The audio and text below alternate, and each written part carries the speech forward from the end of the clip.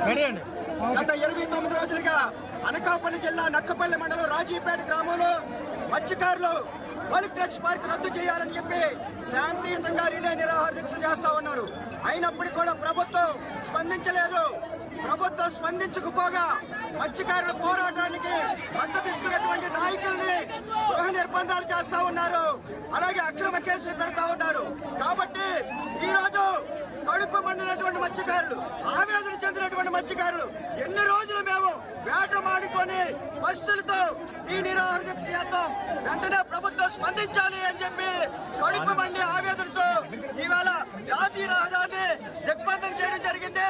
ఇప్పటికైనా సరే రాష్ట్ర ప్రభుత్వం స్పందించాలి, హోంమంత్రి గారు స్పందించాలి, వెంటనే ఇక్కడ బల్క్ పార్క్ రద్దు చేస్తామని చెప్పి ప్రకటించాలని చెప్పేసి డిమాండ్ చేస్తా ఉన్నాం.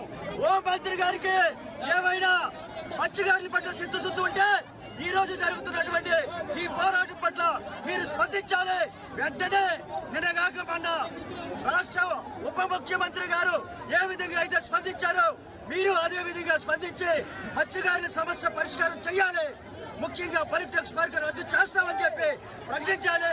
అలాగే నిర్బంధించినటువంటి రామచంద్ర యాదవ్ గారిని, ఉమాదేవ్ గారిని, ఇతర నాయకులందరినీ కూడా విడుదల చేయాలి.